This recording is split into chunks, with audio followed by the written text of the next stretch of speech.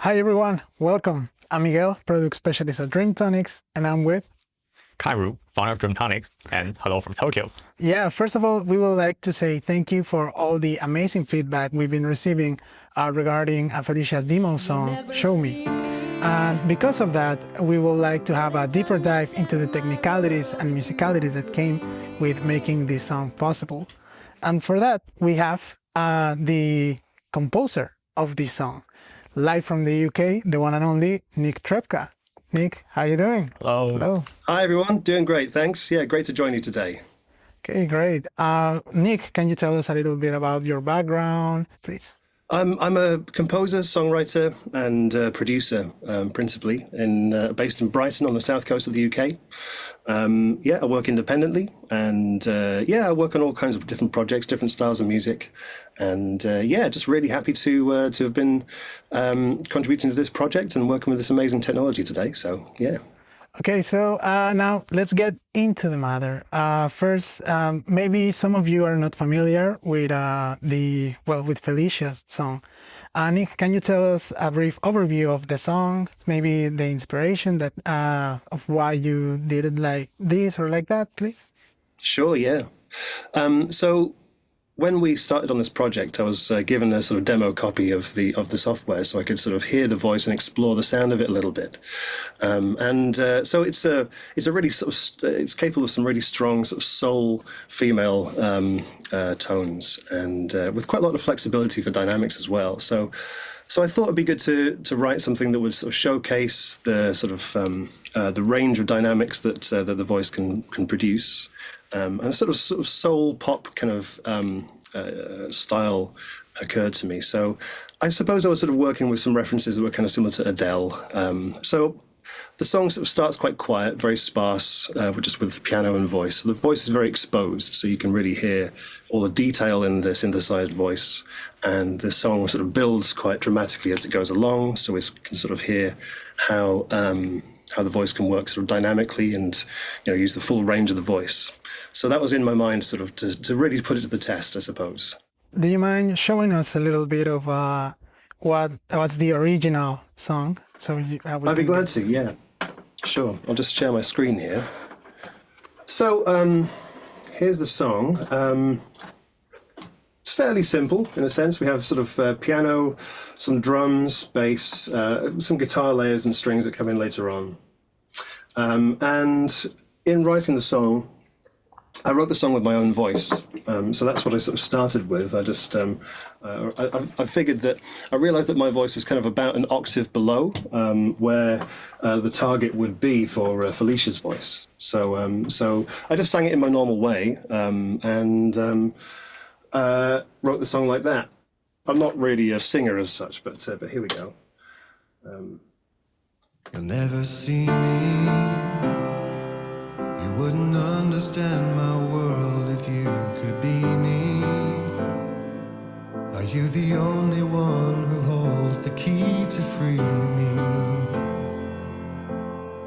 So this is my voice here on this channel here. So, and the process from there was to bounce the voice that I'd recorded for myself, and I put it into the Synthesizer V using the brought it into this section here where I had the software analyze my vocal and sort of interpret it in terms of notes and the phonetics.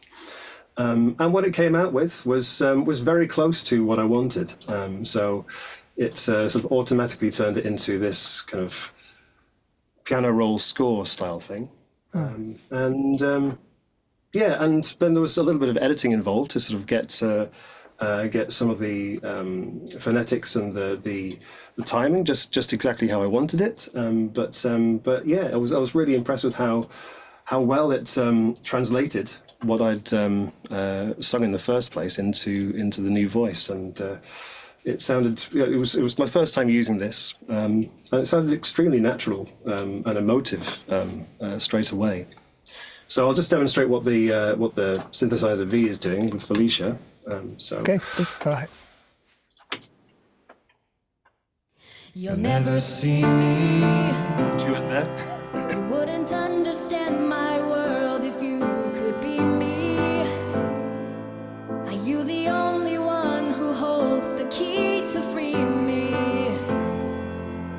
just stop there. I'll just show. I had the idea to perhaps use Felicia for the backing vocals as well, because I guess there was a bit of a gospel flavour to what I was thinking of here. So again, I created my own backing vocal parts that I sang in myself. Maybe I need someone to show me. And then again, I used Synthesizer V polyphonically to create those parts. Yeah, so that is the backing vocal part there. And in the end, I made 2 bounces of the backing vocal with different settings to sort of recreate a kind of double-tracked sort of feel to it. So in the end, the Felicia's backing vocal sounded like this. Maybe I need someone to show me. And blended it in with my own voice. Maybe I need someone to show me. And yeah, it's really convincing and sweet. So yeah. Okay, what would you say are some of the challenges you encounter, while working with Felicia's? And what would you say that was well, you already show us the workflow, but what about the small details? What do you think of Felicia's tone? What do you think are some of those interesting things of working, with a synthesized voice? Well, I found the idea of takes really interesting. So when I was sometimes the Felicia would interpret things in a way that I just thought it could be a little bit different, a slightly different kind of inflection, and it allows us to create a new take of that individual syllable or note. And it just gives you sort of an alternative. It's very much like if you're working with a vocalist and it's sort of, you ask them to just to do another take of that section, and they might do it slightly differently. And as a vocal producer, sometimes the singer is in the right place and you just need to sort of just give them a few runs at it. And there's some randomization, I suppose, to how the voice is produced. Yeah, and some of them I like less and some I like more. Very often I found that the earlier takes were more it. So I don't know, maybe Felicia was just really excited to sing the song first of all, but yeah, that worked really well. Sometimes I had to make some adjustments to the pitching, just to sort of get that just as I wanted to. And the timing, I suppose, but yeah, but for the most part, it interpreted it really well. I think there's a slight Americanization to the way it pronounces the words, and of course I'm English, so I did. You might see that there are some slightly different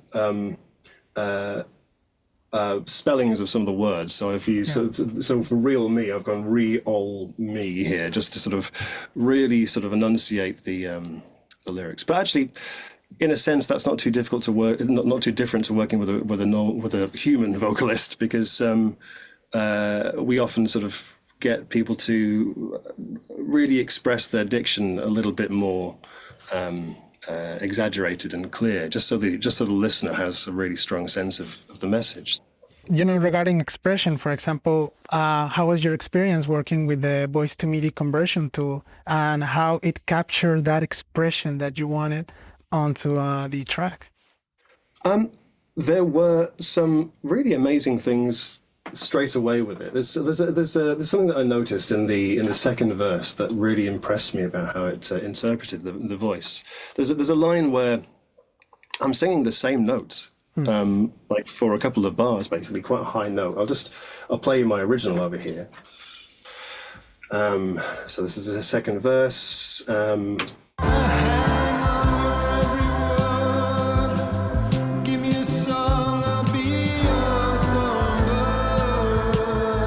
It's staying on the same note all the way through there, and you can see in the synthesizer it sees the sort of the same note all the way through. And on a piano roll in a sequencer, you know, you just have the same note, and it could sound very lacking in expression and dynamics. But I don't know what you guys are doing here, but it has actually brought a lot of shape and nuance to the sounds. Yeah, and you can hear all that expression on the harmonies. I love those harmonies. They really sound beautiful. And yeah, once, for example, Kanru, once you got with everything that Nick has already told us, once you got that project worked by Nick, what was your approach regarding that? Because you already have the composer and their intentions. I guess it started, from really saying that I took, the initiative to actually be the co-producer, I guess you can say, the vocal producer, just for this song. I found it really interesting thing because not always, we have a human song version, and we're trying to make a synthetic version. So as a developer, like always wondering, how to make it actually look as human, sound like human. What is actually the difference? Yes. So I tried to take this as an exercise. So I actually, took the initial project, still have it here from Nick, ran the voice MIDI. And then was trying to first try to make Felicia sound exactly like Nick's sound, because you have to admit that he's a great singer, right? Yeah, he's an amazing singer indeed, yeah. You're too kind. So I was trying really hard to try to get Felicia sound like exactly the same as like every single expression from Nick. But then actually I can bring out the first version. Yeah, please. You'll never see me. You wouldn't understand my world if you could be me. Are you the only one who holds the key to free me? See, Nick has a really low range, right, compared to Felicia. Yeah. It's one octave lower. So he has a kind of subdued and long sustaining kind of way of singing. But Felicia is on the other end of the spectrum. She's high, and she also tries to stand out so much. Yeah. For example, how did you convey to first, it's not the same thing to sing on that lower end and on that high end, it's very different. How did you manage to give that expression on now that higher range singing? I mean, literally pushing them stronger first. So the first thing you'll do is start with the vocal modes. Yeah. So if you go to the voice panel, it has a powerful mode. Let's just start with 100% and see what's going to happen, right? Okay. You'll never see me. You wouldn't understand my world if you could be me. Yeah, very different. It's a good start, but then there are just expressions that don't work well with a powerful tone. Like, when you're singing low, you could just keep on singing any note for quite long. Yeah. Without getting out of breath or something. But when you're singing this high, you're spending a lot of energy. So yes, if you just listen to the last note from each phrase, me. that's quite some effort on the singer side. Yeah. So if you're really just singing unintentional, like you just try not to control so much, you actually should sing the note shorter. So one thing I did when handed projects is just made everything like the last note of each phrase, just make them about half shorter. Okay. Yeah. And you look at the vibratos. So make sure they make it like a final deep downturn to have that kind of release feeling. And then add some macro expressions, like you split the note and you lower the first part a little bit. Oops. Give it a tack.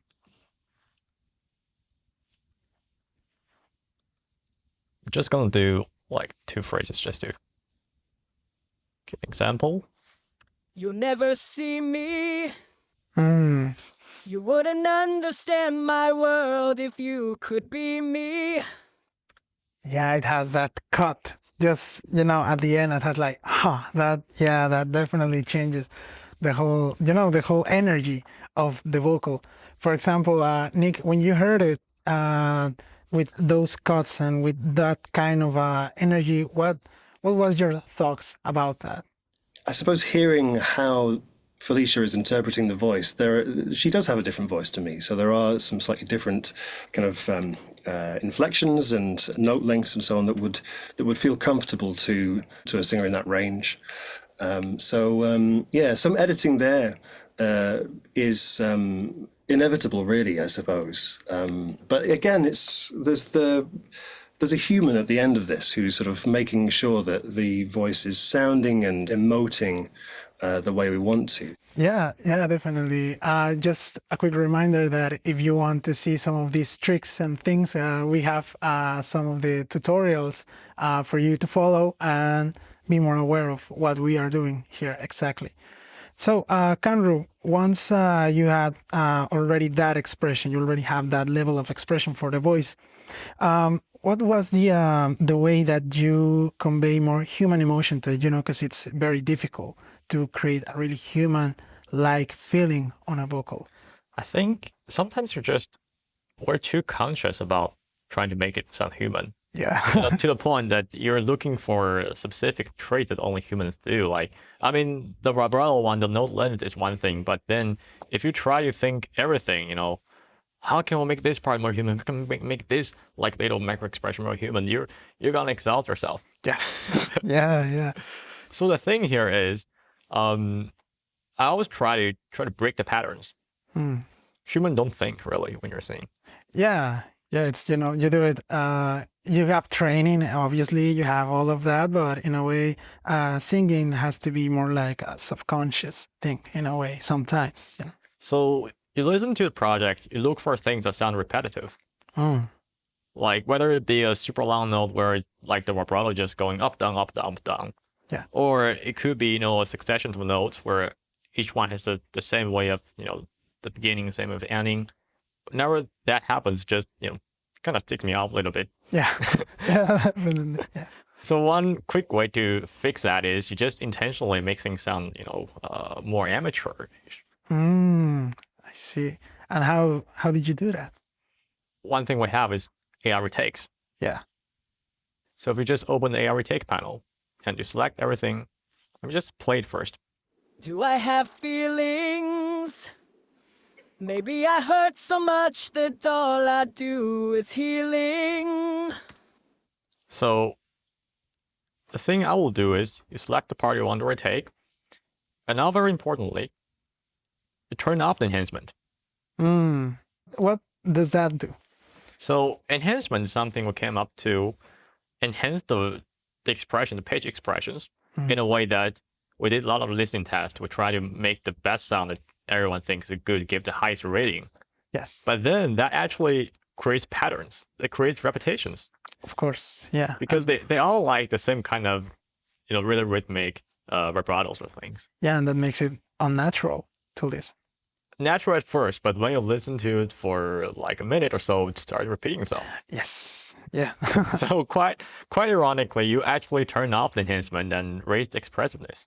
I see. And instantly it gets sound like karaoke. Oh, okay. So that's not a good thing, but until you start doing retakes. But first, let's just play it. Do I have feelings? That's quite off, right? Yes. But then you do a retake. Do I have feelings? I see. Yeah, that at the end. Yeah. It's a different kind of vibrato, right? Yes. At the beginning, it was all the same amplitude. It's just repeating. It's like making copies of self. Yeah. You can imagine if I just do this for a few iterations for each section, so I don't even need to do 100 times, See, so in a way, you are like making it a little bit chaotic, but a controlled chaos. We could call it like that. Yeah, definitely. A controlled chaos. A controlled chaos. Yeah. And for example, regarding that control, what are kind of the facilities that Synthesizer V has for you to control, to have more control over the expression? Maybe the voice, maybe the breathiness of the voice, the tension of it. What did you use to have more control over those things? Before we talk about control, the first thing I like to say is we always run by 20/80 rule. So you spend 20% time making it 80% good, Yes. And then if you have time, you start tweaking all these details, right? Yeah, because you want your vocal right away. We're doing this after setting the overall vocal mode for the whole track, which in this case, because it's a more soul-like sound, so we'll set default powerful to 100%. Yeah. And then you can look into like automate the powerful parameter. Okay. Yeah, I see. For some of you that might be asking right now, Canry is using the parameter panel, which we already cover on the tutorial series. So yeah, please take a look at, I think it's part 10, something like that. But yeah, please continue. Sorry for the interruption. So let's look like, let's see, what is this session? Well, is this the real me? Will I have and know the everything I can be? So there's quite a jump in the pitch, right? It goes up and then everything just goes up. But now let's start a little bit softer. And then when the pitch goes down, you want to go down and then suddenly go up. And then again, don't think too much. Just quickly draw something and listen to it. Well, is this the real me? Will I have and know the everything I can be? Yeah, okay, I see. The thing is, you try to do this for a lot of time, you forget what you're hearing. Your ear is going to get trained to this piece of sound. You can't tell what is what anymore. Yeah.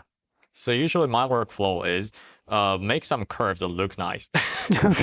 Make some curve that, you know, when it goes down, goes down. When it goes up for this kind of sound.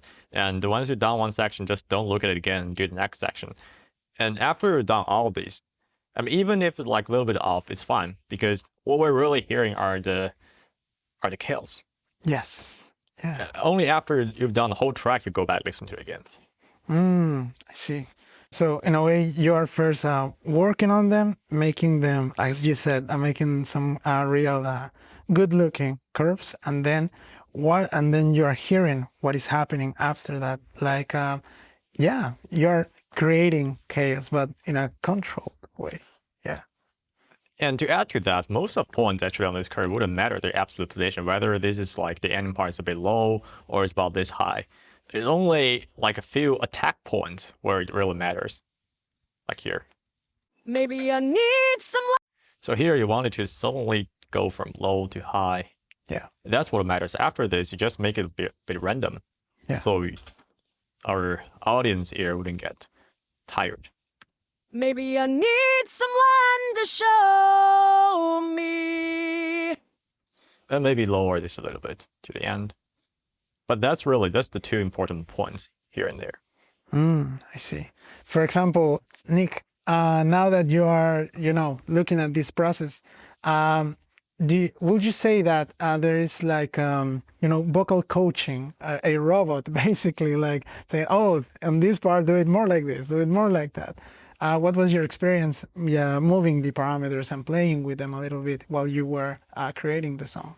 I mean, I didn't use it as extensively as this when I was trying out the software, but there were certain points where I felt like it just needed a bit of variation or a bit more or less kind of push to the vocal. So I would go into these parameters and just make some changes at those points, and just to create those sort of climactic moments or those bits of like tenderness at more sensitive moments. But it's great to sort of see how we could use it sort of more randomly and create some more variation. What occurs to me about all of these parameters as they come together is I suppose there's some similarities to how we might use editing and pitch correction and auto tune with a real vocalist. If we overdo that, then that can sound really unnatural, of course. So it's like those tools exist to sort of correct mistakes and to make a really expressive performance come across really well. And this can be used in a similar way, I suppose. Sort of keep that emotion, keep those imperfections in there that make for so much of the humanness and the kind of expression of a vocalist and the personality, I suppose. Sort of really curious to sort of see how there are some parallels between how you direct a vocalist and then process the recording that you end up with, and working within the software. It'd be great if I could draw a graph and show it to a singer like this. But that's not how singers work. But sometimes it's how our ears work as producers, I suppose. So. Okay, so Nick, well, with everything said, with all of this said, how would you describe your experience working with a tool like Synthesizer V? Regarding, mixing, regarding using the tools of it, how did you feel about it? Well, it's the first time that I've used technology like this and Synthesizer V. So completely new to it when I started out the song, and I really didn't know what to expect from it, really. Immediately I was very impressed by the quality of the voice and how much humanness there was in the interpretation of what it was doing. I also had a lot of fun sort of getting it to make some silly songs as well, just by typing in random words and random notes. That was quite amusing for a short spell. But I found that it was. I think it's going to be a really useful tool to me at points. I can see how I would use it for drafting out songs for singers I might be working with, or writing backing vocal parts. So yeah, I can definitely see it has some practical applications. In a lot of ways, I found the software quite intuitive. There were a few things where I think if I look through some of the tutorials, just to sort of get some of the basic grounding, then it's going to be really straightforward to use. So it's really applicable. And I suppose just one thing that was interesting to me, just using AI, I suppose I'm quite new to using it practically within my creativity. So just I wasn't quite sure how I felt about that. I think a lot of people have some feelings about AI technology, particularly creative people. So as to what it might mean for their workflow and for how they work. And so I think what I realized during the project is that a lot of my feelings about AI were about just not understanding what that interface would look like between the technology and producer or the writer. And so to get an idea of how I would actually use this tool, and to see it just as a tool that I could use for, practically putting songs together, was really enlightening and sort of gave me another perspective on AI in general, actually, just to sort of think about that conceptually. But I did actually have a question about how the voice is trained or created. What is the process? If it's okay for me to ask, how do you go about creating these voices? Well, we work with singers, so there's actually an artist behind Felicia, whom actually she's based in Tokyo. She's an American. We work with her. She went to our booth, which is right behind this wall, actually. Right. So yeah, we made sure she understands what we're doing with her voice and make sure she's been, compensated for that. Excellent. Okay. And what were the sessions like then? So how do you work with the singer to capture their essence as a singer? What sort of things happen in the studio there? So usually it begins with a test session where we just ask singer to take, quite a few different samples, genres that she thinks she's good at. And then we'll pick through them, realize, she's going to be a really good soul singer. And then you'll just find a lot of, relevant sounds in that genre and try to specialize it toward that for the main sessions. Right. Fantastic. That's really interesting to get an insight on that. Thank you. Great. Yeah. So you mentioned something like the Synthesizer V being used as a tool. So I find that an interesting perspective because if you ask me like 10 years ago, what are you making? I'll say it's a tool, right? It's always been a tool for musicians and try to help them ideate on sound ideas, trying to make quick demos and all things. But then you ask me again today, it's a tool. But then I realize there's more. It's not just a tool, but we're really making a musical instrument for voice. Yeah, I see. You see the difference between a music instrument and a tool. Yeah, because you have to learn how to play it. You have to learn how to move it and everything. But it's very easy to use at first glance. And once you master it, it becomes a media for emotions. Yeah, definitely. I think we've seen that through this session. Definitely. Yeah. So it's been an incredible journey. Thanks first to everyone for staying, watching this video, for the amazing feedback that we've been receiving regarding the Felicia's demo song. And also thanks a lot to Nick. Nick, where can we find your work? Where can we see what you're doing? Sure. Mostly, I sort of operate from my Instagram account, which is nick.trepka. Yeah, if you want to sort of see what I'm up to, then follow me on there. Yeah, please. Okay, perfect. So yeah, if you like this video, please subscribe so we know that we can keep making more like this. So, well, yeah, thanks a lot. See you in the Thank next you. video.